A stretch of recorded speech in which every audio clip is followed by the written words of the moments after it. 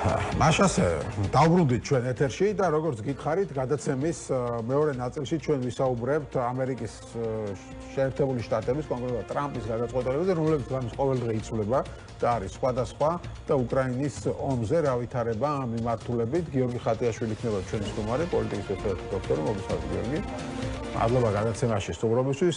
წავიკითხავ ტრამპის ბოლო განცხადებას.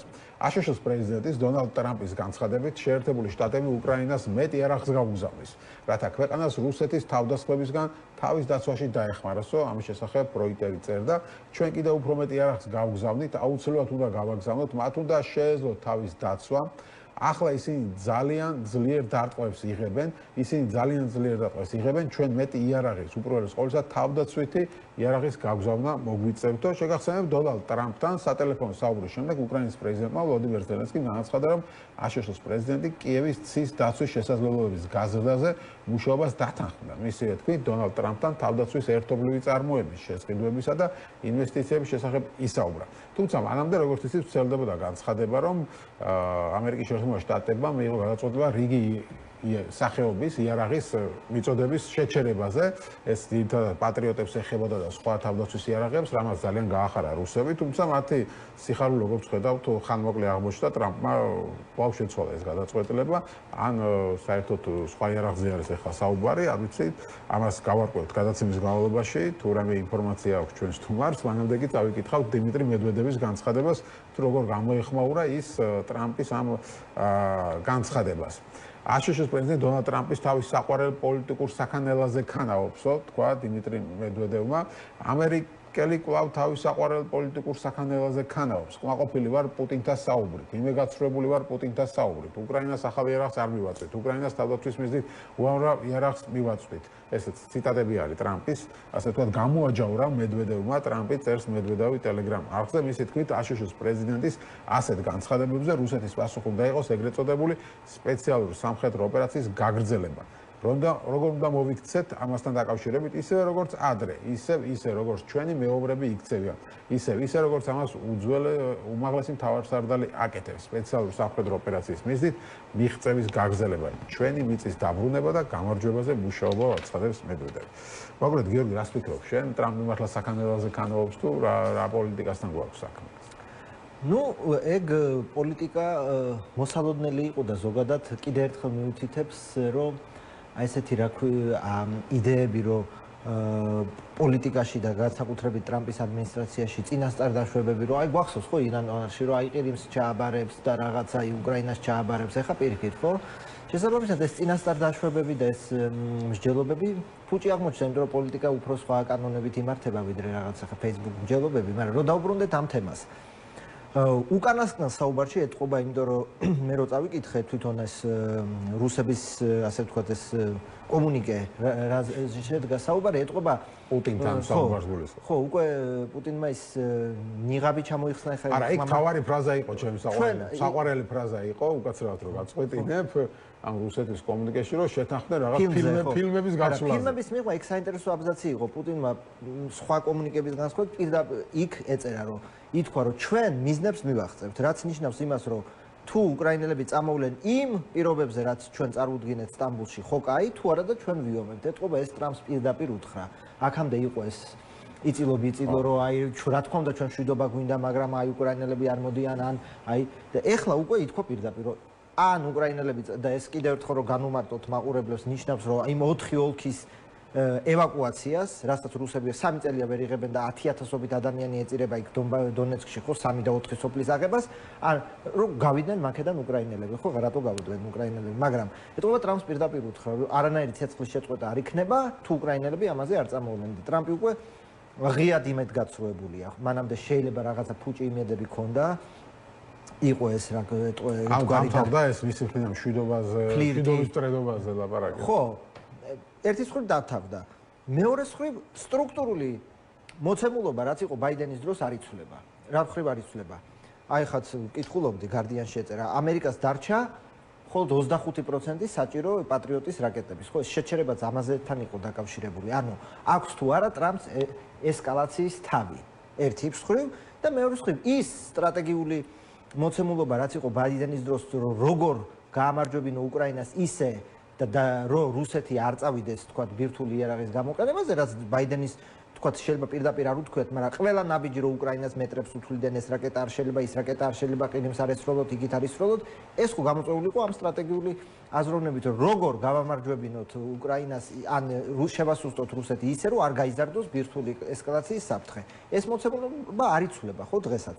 შესაბამისად, მიუხედავად ბევრი ლაპარაკისა და მიუხედავად იმისა, რომ რა თქმა უნდა ამ პრეზიდენტმა თქვა ის მაინც გამოიწვია, რომ 3 წლის შემდეგ მოლაპარაკებების მაგიდაზე დასვა ხო ორი მხარე ორ რაუნდზე თუ ერთ რაუნდზე ხო წინა ადმინისტრაცია ამბობდა რომ თქვა არაფერი უკრაინის შესახებ უკრაინელების გარეშე უკრაინელები თქვა არ მოდიოდნენ მოლაპარაკებებზე ეხლა თქვა ტრამპმა მაგრამ ამის მიღმა ფუნდამენტურ საკითხებში ჩვენ ცვლილება არ აქვს მარტივი მიზეზის გამო ეს ომი ესე იოლად ვერ გაჩერდება ხო საქართველოს ხელისუფლებაში იყო იდეა რომ რესპუბლიკელები თუ მოიგებენ 6 თვეში ომი დასრულდება მე მგონი გავიდა 6 თვე და არაფერი ამ ომს დასრულების არ უჩანს იმიტომ რომ ეს ურთულესი ომია და ესე ვერ დასრულდება.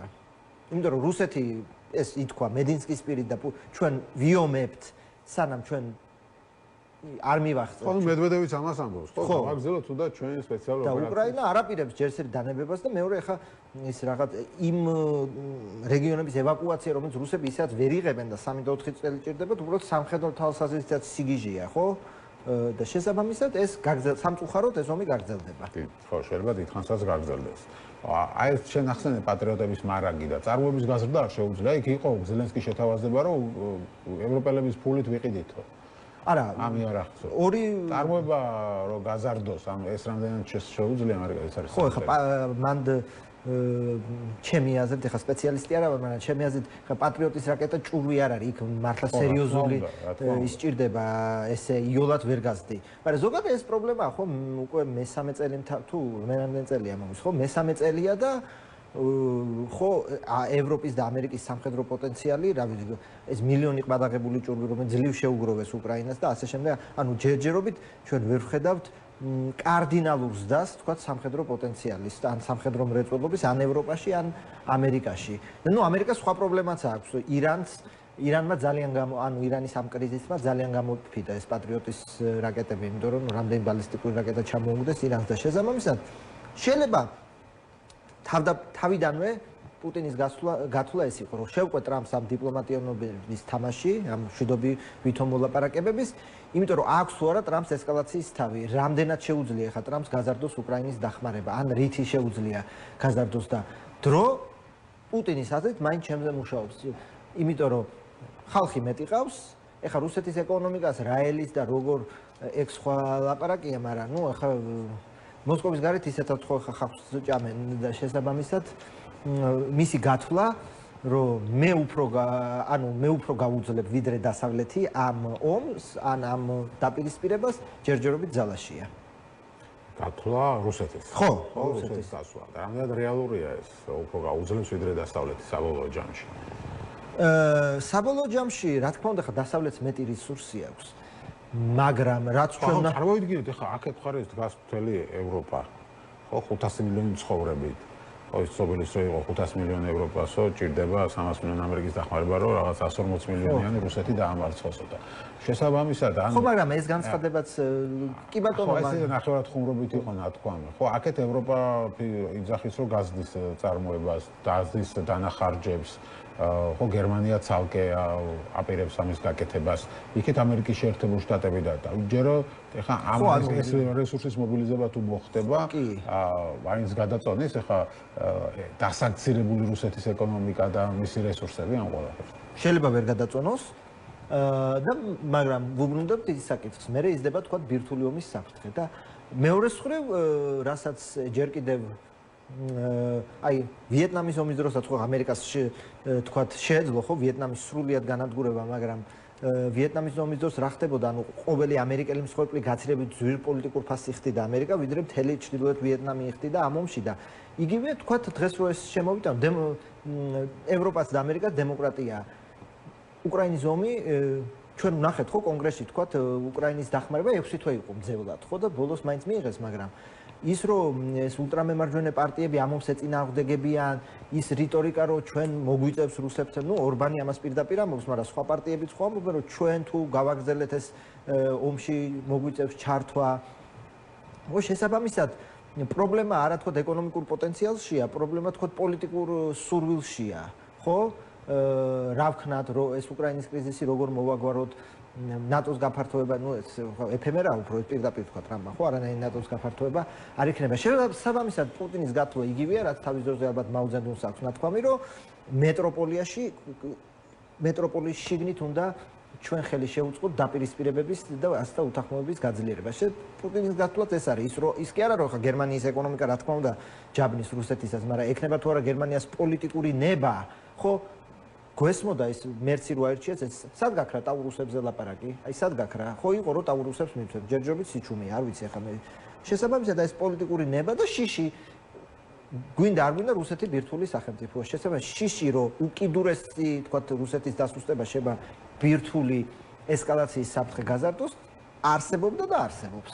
ხო, ანუ აქ თავარი იმაზე რომ რუსეთი დაინახავს რომ აგებს და სხვა გზა არ აქვს, შეიძლება ისროლოს გამოიყენოს ატომურია. ეგ ეხა ძალიან ისეთია, იმიტომ რომ არაერთი მტკივნეული ნაბიჯის გადადგმა მოუწია პუტინს ომის დასაწყისში, ხო, ხერსონიდან გამოსვლა, ხარკოვის დათმობა და არ გამოუყენა. თუმცა ეხა რომ ჟურნალისტები წერენ, მაღალი იყო ალბათობა, მაგრამ არ გამოიყენა.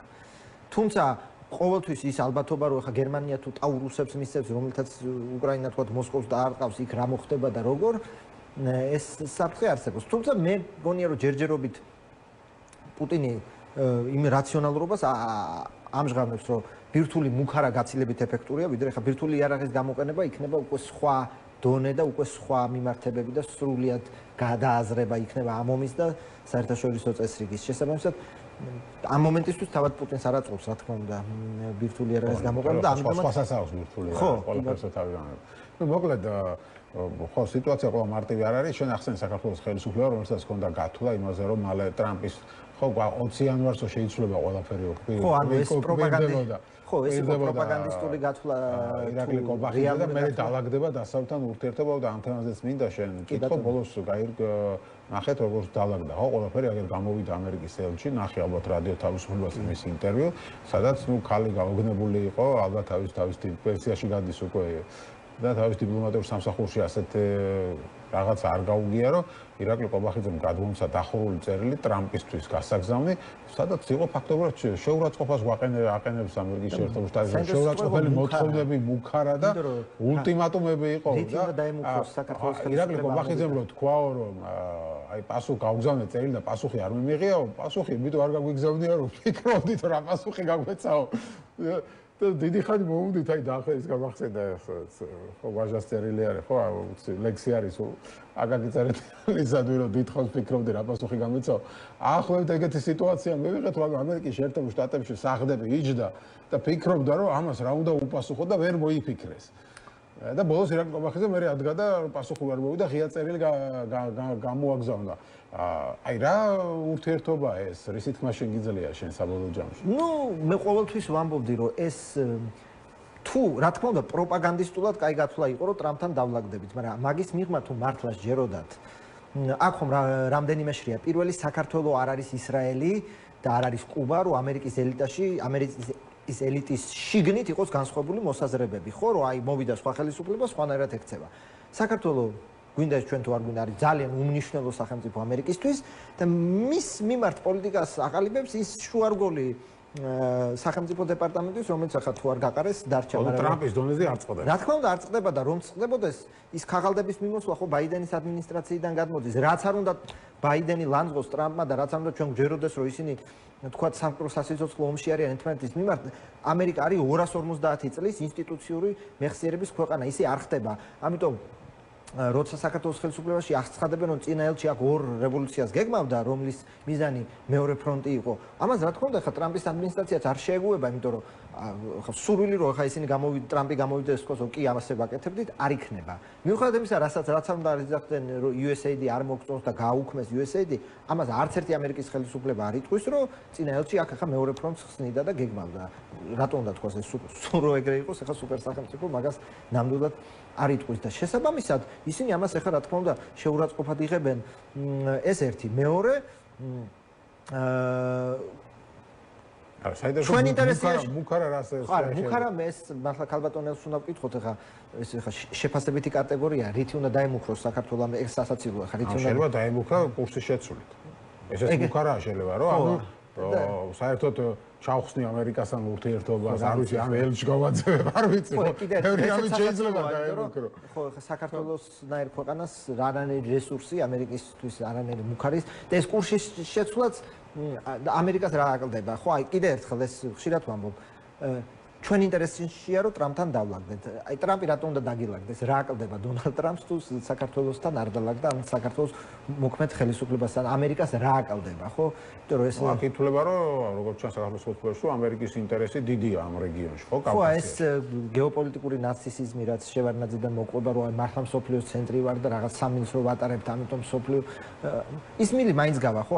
აქ არავინ ამ მილს არ გადაკეტავს და უარესი იქნება და არ იქნება და შესაბამისად ესეთი რა ინტერესია მსოფლიოში საქართველოს მიმართ რომ აი ჩვენ ესეთი გეოპოლიტიკური ნარცისიზმი გვაქვს რომ აი ეს ათობით წელია მოდის რომ სტრატეგიული კი რა თქმა უნდა სტრატეგიული მდებარეობა გვაქვს და რაღაცა მაგრამ არ უნდა ასე ვთქვათ როგორც ტრამპა ზელენსკის უთხრა რომ შენ ჩემთან ურთიერთობაში კარტები არ გვაქვსო ჩვენს რა კარტიც არ გვიჭირავს ხელში არ შეიძლება თქო შულერობა და ბლეფი ასე დონეზე ხო იმიტომ რომ საბოლოოდ ეს ერთხელაც გიმტყუნებს ეს საკითხი და შესაბამისად ქალბატონმა ელჩმა მინიმუმ ერთი პირობა გახსნა ხო თქვა ეს რიტორიკის შეცვლა ეხლა ჩვენ არ ვიცით მეორე და მესამე პირობა რასაც თქვა საქართველოს ხელისუფლებას თხოვენ მაგრამ პირველი პირობა ვიცით რა ვთხოვდითო საქართველოს ხელისუფლებას რომ ჩვენ შესახებ დეზინფორმაციას ნუ ავუცელებთო და ნუ იძახითო რომ რაღაც აუზ ომში გრთავს ასეთ რაღაცებს. ნუ მან ხა ქართული ოცნების თქვა ჰიპოთეტური პასუხი შეიძლება იყოს რომ ერთი რომ ჩვენ ხო და არა ამერიკას და მეორე ხო ხა ქართული ოცნება არ გადაალაგებს თელ ორწლიან რიტორიკას, იმიტომ ამაზე დგას და შესაბამისად ხო ეს ჩიხია. და ამის მიღმა მოკლედ არ ვიცი ახალი ელჩის პირობებში რა შეიცვლება თუ არა ეს. ელჩი არ არის სასწაულმოქმედი, ესეც უნდა ითქვას, ხო, როგორც მოლოდინი რო ეხა ჩვენი ელჩი იქ რამეს იზამს, ელჩი წარმოადგენს მთავრობას. თუ მთავრობა არ დგავს ნაბიჯებს, ელჩი არ არის სასწაულმოქმედი. შესაბამისად ელჩი ეხა მადლობა დიდი, გადაცემა